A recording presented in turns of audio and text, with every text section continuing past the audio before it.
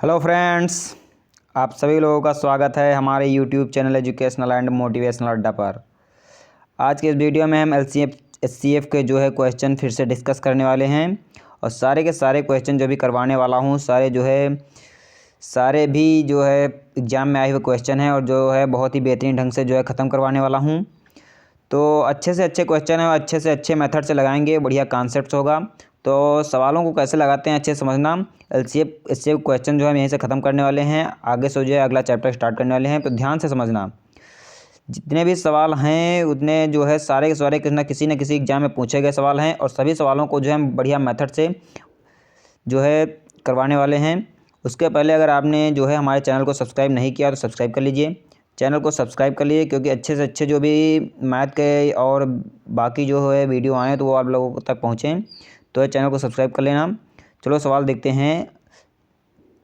ये रहा पहला सवाल आ गया है। पहला सवाल आप लोगों के सामने कह रहा है 4 अंकों की बड़ी से बड़ी संख्या क्या होगी जो 12, 15, 18, 27 में से प्रत्येक से पूर्णतः विभक्त हो। 4 अंकों की बड़ी से बड़ी संख्या पूछ रहा है, क्या होगी जो 12, 15, 18, 27 में से प्रत्येक से पूर्णतः विभक्त हो।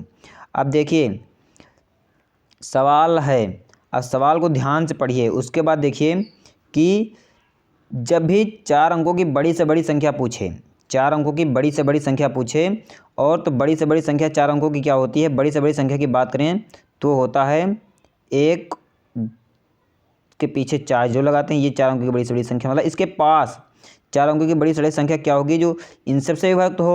अब एक मेथड यहाँ हम जो है पहले वीडियो में बता चुके हैं, एलसीएम एचसीएफ जहाँ डिस्कस वहाँ भी बता चुके हैं कि 12 से डिवाइड होने के लिए संख्या को 4 और 3 से डिविजिबल होना चाहिए और 15 से डिवाइड होने के लिए 5 और 3 से डिवाइड होना चाहिए और 18 से डिवाइड होने के लिए 6 और 3 से होना चाहिए और 18 से डिवाइड होने के लिए अंकों का योग 9 का डिविजिबल होना चाहिए। ये क्लियर है, ये क्लियर है। और 27 से डिविजिबल होने के लिए अंकों को 9 और 3 से होना चाहिए।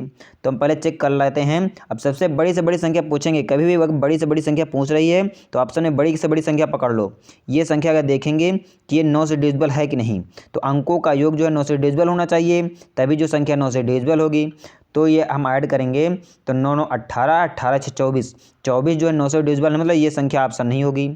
अगली बड़ी से बड़ी संख्या ये देखते हैं, तो ये 9 9 18 3 21, ये भी नहीं होगी, मतलब ये भी ऑप्शन नहीं होगा। फिर ये 9 7 16 2 18, हाँ ये हो रही है 9 से डिविजिबल, तो ये संख्या मतलब 9 से डिविजिबल होगी। 18 अंकों का योग है मतलब 3 से भी डिविजिबल होगी। पीछे 72 है मतलब 4 से भी होगी और पीछे 0 है मतलब 5 से भी होगी। मतलब ये संख्या जो है हमारी आंसर हो जाएगी, जो सबसे डिविजिबल है तो इन सबसे डिविजिबल होगी।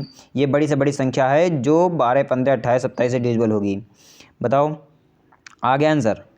हमको देखना है कि 9 से डिविजिबल है, मतलब 9 से डिविजिबिलिटी रूल हमने पढ़ा है कि अंकों का योग जो है 9 से डिविजिबल होना चाहिए, तभी जो संख्या 9 से डिविजिबल होगी। तो 2 संख्याओं को हम चेक कर लिए, बड़ी से नहीं है तो यही है, तो यही हमारा आंसर हो जाएगा, सबसे डिविजिबल आ रही है। ठीक, बढ़ते हैं अगले क्वेश्चन की तरफ। अगला क्वेश्चन ये रहा, कह रहा 3 अंकों की वह बड़ी से बड़ी संख्या कौन सी होगी 6 9 12 में से प्रत्येक से भाग देने पर प्रत्येक दिशा में 3 शेष बचे। अब 3 शेष बचे तो पहले तो हमें जो है ऑप्शन से 3 शेष घटा के लिख देने हैं। तो ये 903 हो जाएगा और ये 936 हो जाएगा और ये 972 हो जाएगा, 972 हो जाएगा और ये 993 हो जाएगा। अब 9 से डिविजिबल होने के लिए अंकों का योग देखते हैं।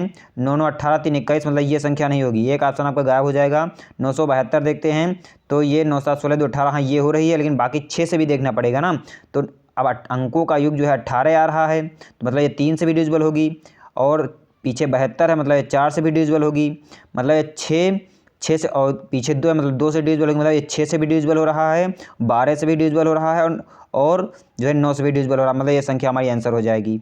ये हमारा ये संख्या हमारी आंसर हो जाएगी। आगे की संख्याओं को देखना ही नहीं है, आगे की संख्याओं को देखना ही नहीं, बड़ी से बड़ी जब संख्या पूछे हैं तो ऐसे आंसर लगा देंगे।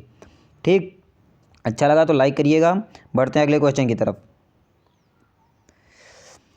अगला क्वेश्चन आ गया, वह कौन सी बड़ी से बड़ी संख्या है जिसके द्वारा 30 26 तथा 50 53 को भाग देने में क्रमशः 11 और 13 शेष बचे। अब 11 13 शेष बचे कहने मतलब है, मतलब पहली संख्या से अगर हम 11 घटा दें, पहली संख्या से 11 और दूसरी संख्या 13 घटा दें तो उसका एचसीएफ निकाल लेंगे। तो पहली संख्या से अगर हम 11 घटा देंगे 11, तो 3 0 1 5 ये बचेगा, और ये 13 घटाएंगे तो 5 0 1 4 0 बचेगा, ये बच जाएगा। अब इनका HCF निकाल लें, वो वही संख्या जो है बड़ी से बड़ी संख्या आ जाएगी। कभी भी अगर बड़ी से बड़ी संख्या निकालने की बात करें तो हमें HCF निकालना है, ध्यान रखना है, ठीक। तो हम इनका अगर ये किससे करेंगे, 5 4 9 है। अब देखो दो इसमें जो है पीछे 5 आ रहा है, इसमें 0 आ रहा है, मतलब जिन संख्याओं के पीछे 0 हैं तो वो संख्या क्या 5 को काट पाएंगी, तो ये तो कटेगी नहीं, मतलब 0 वाले ऑप्शन आपके नहीं होंगे।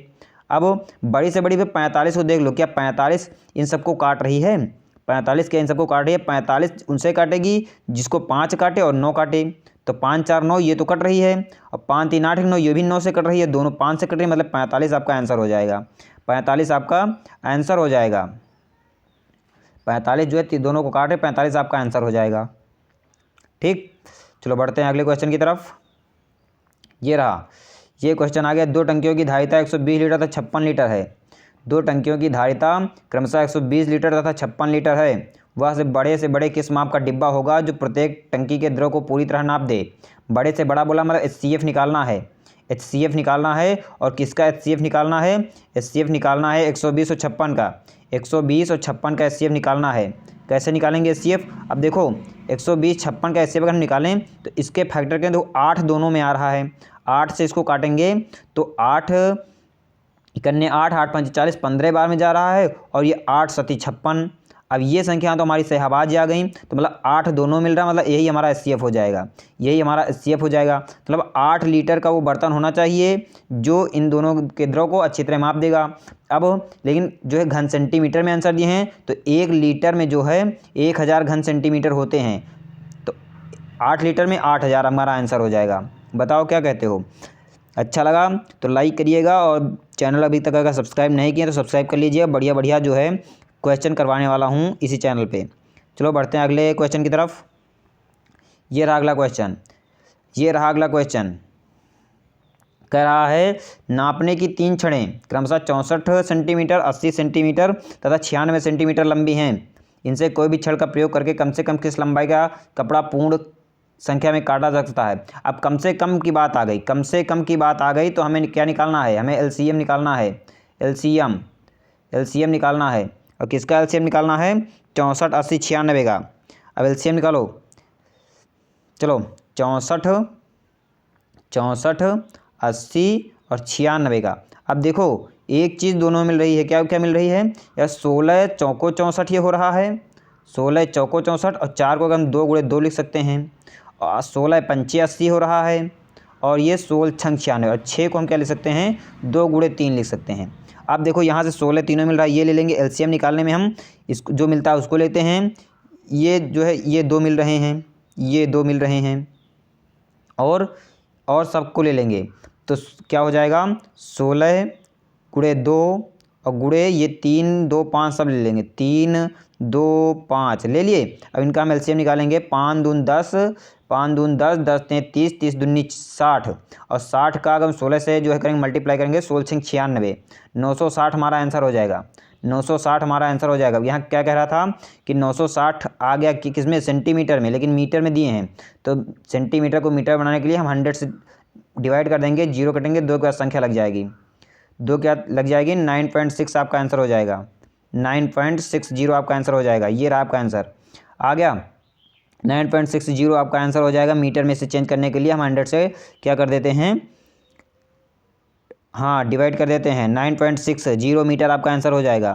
आगे बढ़ते हैं, ये रहा अगला सवाल, 78 सेंटीमीटर 104 सेंटीमीटर 117 सेंटीमीटर तथा 169 सेंटीमीटर लंबी धातु की 4 छड़ों को अधिकतम लंबाई की बराबर छड़ों में काटने पर प्राप्त सभी छड़ों की अधिकतम संख्या कितनी है। अब देखो छड़ों की अधिकतम लंबाई बोला, मतलब हमें HCF निकालना है, मतलब HCF निकालना है, HCF निकालना है, और इनको HCF ही जो होगी तो इन सबको काट पाएगी आसानी से।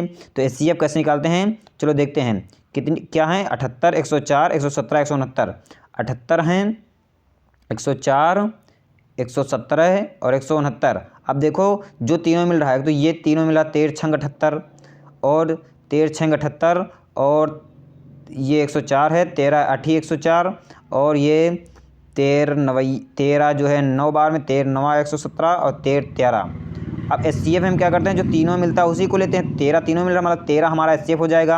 अब 13 जब 78 सेंटीमीटर को काटेंगे तो 6 बन रहे हैं, 6 छड़ें बन रही हैं। और 164 को काट रहे हैं तो 8 छड़ें, और 170 को काट रहे हैं 9 छड़ें, और 169 को 13 छड़ें। इनको ऐड कर लेते हैं, उतनी ही छड़ें बननी चाहिए। तो इसको काटने में 13 छड़ें, 13 9 21, 21 8 27, 13 और 13 9 22, 22 8 30 से 36 हमारा आंसर हो जाएगा। 13 9 22 और 13 9 22, 22 8 30, 30 से 36 हमारा आंसर हो जाएगा। 36 आंसर होगा। ऑप्शन जो है गलत दिए हैं, 36 हमारा आंसर हो जाएगा। ऑप्शन गलत हैं। 36 छड़ें होंगी अधिकतम 36 छड़ें आ जाएंगी। ये ऑप्शन गलत दे दिए हैं, 36 छड़ें आंसर हो जाएगा। ठीक, अगले क्वेश्चन की तरफ चलते हैं। ये रहा क्वेश्चन, ये आपके सामने क्वेश्चन आ गया। वह न्यूनतम संख्या कौन सी होगी जिसे 8 10 अथवा 12 से विभक्त करने प्रत्येक दशा में 7 शेष बचे। अब 7 शेष बचे तो ऑप्शनों से 7 घटा के तुरंत लिख देंगे। ऑप्शनों से हम 7 घटाएंगे, ये 120 बन जाएगा। ये 120 और 134, 7 घटाए हैं तो 130 बन जाएगा। और 170 और 260 बन रहे हैं। अब 8 10 12 से, अब 8 से विभक्त होने के लिए, अब न्यूनतम बोले हैं तो छोटी छोटी संख्या देख लेना। ये 8 से हो रही है, मतलब 10 से तो होगी पीछे जीरो, मतलब 10 से तो डिविजिबल है। 8 से भी डिविजिबल है। 15 8 120 तो 8 से भी डिविजिबल है। 12 से तो 12 धाम 120, यही हमारा आंसर हो जाएगा। यही आंसर हो जाएगा। आगे के ऑप्शन देखना ही नहीं है, छोटी छोटी पूछा है, छोटी छोटी संख्या देख लेते हैं। अगर कट रही तो वही आंसर हो जाएगा ना। तो 127 हमारा आंसर हो जाएगा। बोलो क्या बोलते हो। ठीक, आगे बढ़ते हैं अगले क्वेश्चन की तरफ। ये देखो, वह न्यूनतम पूर्ण वर्ग संख्या क्या होगी जो 12 15 तक 25 से पूर्णतः विभक्त हो। 12 15 तक 25 से पूर्णतः विभक्त हो। एक तो इसमें पूर्ण वर्ग संख्या देख लो, 1300 हमारा पूर्ण वर्ग संख्या नहीं बन रही है, और 900 और 400 और 1600 सारी हमारी पूर्ण वर्ग संख्याएं हैं, तो इससे आंसर नहीं होगा। बाकी पूरा न्यूनतम तो छोटी छोटी संख्या देख लो, ये 400 छोटी, ये देख लो क्या 12 15 25 से कट रही है। 12 से ये नहीं कट रही तो ये भी आंसर नहीं होगा। 900 देख रहे हैं, 900 जो है 900 12 से भी कट रही है, काट के देख लो, 12 से भी कट रही है, 15 से भी कट रही है, और 25 से भी कट रही है। तो यही हमारा आंसर हो जाएगा। यही हमारा आंसर हो जाएगा। ठीक, यही हमारा आंसर हो जाएगा 900। आगे नहीं देखना है, यही जब कट रही है तो यही आंसर हो जाएगा, विभक्त हो रही है। ठीक, अगले क्वेश्चन की तरफ चलते हैं। ये देखो क्वेश्चन, ये क्वेश्चन कह रहा है कि दो संख्याओं का HCF ज्ञात है, LCM 7700 है। यदि इनमें से एक संख्या 275 हो तो दूसरी संख्या क्या होगी। तो दूसरी संख्या क्या होगी, तो एक फार्मूला होता है कि दो संख्याओं का गुणनफल, मतलब पहली संख्या का गुणनफल, पहली और दूसरी संख्या जो गुणनफल होता है वो उनके LCM और HCF के जो है, LCM और HCF के जो है मल्टीप्लाई के बराबर होता है। तो अगर इस सवाल पर देखें तो जो इनका 11 गुणे 7700 है, ये इससे अगर हम 275 का डिवाइड कर दें तो ये हमारी जो है दूसरी संख्या निकल आएगी। तो इसको डिवाइड कर देते हैं, 11 से काटेंगे तो 11 दूना 22, 11 25 55, 25 आ गया। 25 से काटेंगे, 25 3 75, और 2 बचा तो 2 तो जाएगा ना, डबल जीरो उतारेंगे मतलब जीरो बढ़ा के, अब 200 हो जाएगा। 25 हटे 200, 308 हमारा आंसर हो जाएगा। 308 हमारा आंसर हो जाएगा। इसको एक फार्मूला होता है, इस फार्मूले रखेंगे और तुरंत उसको इससे डिवाइड करेंगे, दूसरी संख्या पता चल जाएगी। पहले पूछता तो दूसरी से डिवाइड कर देते LCM HCF के गुणनफल को। ठीक, आगे चलते हैं। ये रहा वही क्वेश्चन आ गया है। क्या करना है, दो संख्याओं का HCF LCM 8 48 है। अब 8 और 48 को डिवाइड कर दो, किससे, 24 से कर दो, आंसर हो जाएगा 24 दूना 48, 8 दून 16 हमारा आंसर हो जाएगा। 16 आंसर हो जाएगा। ठीक, तो कभी भी अगर जो है एक संख्या दी हो, दूसरी संख्या पूछे तो LCM HCF गुणनफल को उस संख्या से जो डिवाइड कर देते हैं, बस आंसर आ जाता है। ठीक, बस आगे क्वेश्चन नहीं बचे। ये 10 क्वेश्चन थे जो हमने बेहतरीन तरीके से करवाया। ये सारे जो क्वेश्चन थे SSC रेलवे बैंक PO में आए हुए क्वेश्चन हैं, तो इनको ध्यान से देख लेना। एक बार दोबारा वीडियो रिवाइज करके देख लेना और अच्छे से करना। ये सारे क्वेश्चन फंसने नहीं चाहिए। और इनका जो वो बेसिक मेथड था हम थ्योरी में करवा चुके हैं। अब जो है आगे से दूसरी क्लास स्टार्ट होगी। आगे से हम पढ़ने वाले हैं फ्रैक्शन पढ़ने वाले हैं। और फ्रैक्शन जो है एकदम बेसिक से थ्योरी पढ़ेंगे, उसके बाद जो है थ्योरी के माध्यम से बाद में जो है थ्योरी पढ़ने के बाद सारे क्वेश्चनों को बेहतरीन तरीके से उड़ाएंगे। ठीक, तो थ्योरी आसानी से पढ़ लेना, उसमें जो है बहुत बेहतरीन तरीके से पढ़ाने वाला हूँ, तो पढ़ लेना। उसमें जो है हमने कल से स्टार्ट करना है। अगले वीडियो में फ्रैक्शन आपको मिल जाएगी। उस फ्रैक्शन में जो है हम कितने एकदम बेसिक से फ्रैक्शन क्या होता है, कितने प्रकार के होते हैं और कैसे उनको कंपैरिजन किया जाता है, तुलना कैसे की जाती है उनके क्वेश्चनों को, डेसिमल फ्रैक्शन क्या होता है और रिकरिंग फ्रैक्शन और कंटिन्यूड फ्रैक्शन, सारी फ्रैक्शनों पर बढ़िया से डिस्कस करेंगे एकदम थ्योरी क्लास में। उसके बाद क्वेश्चन करेंगे लास्ट में जाके। तो फ्रैक्शन की सारी क्लास देखना, उसमें जो है फ्रैक्शन अगर तुम देख लिए तो कहीं से भी तुमको डाउट नहीं रह जाएगा फ्रैक्शन में। ठीक, तो क्लास देख लेना। यहाँ के लिए ऑल द बेस्ट, मिलते हैं नेक्स्ट वीडियो में।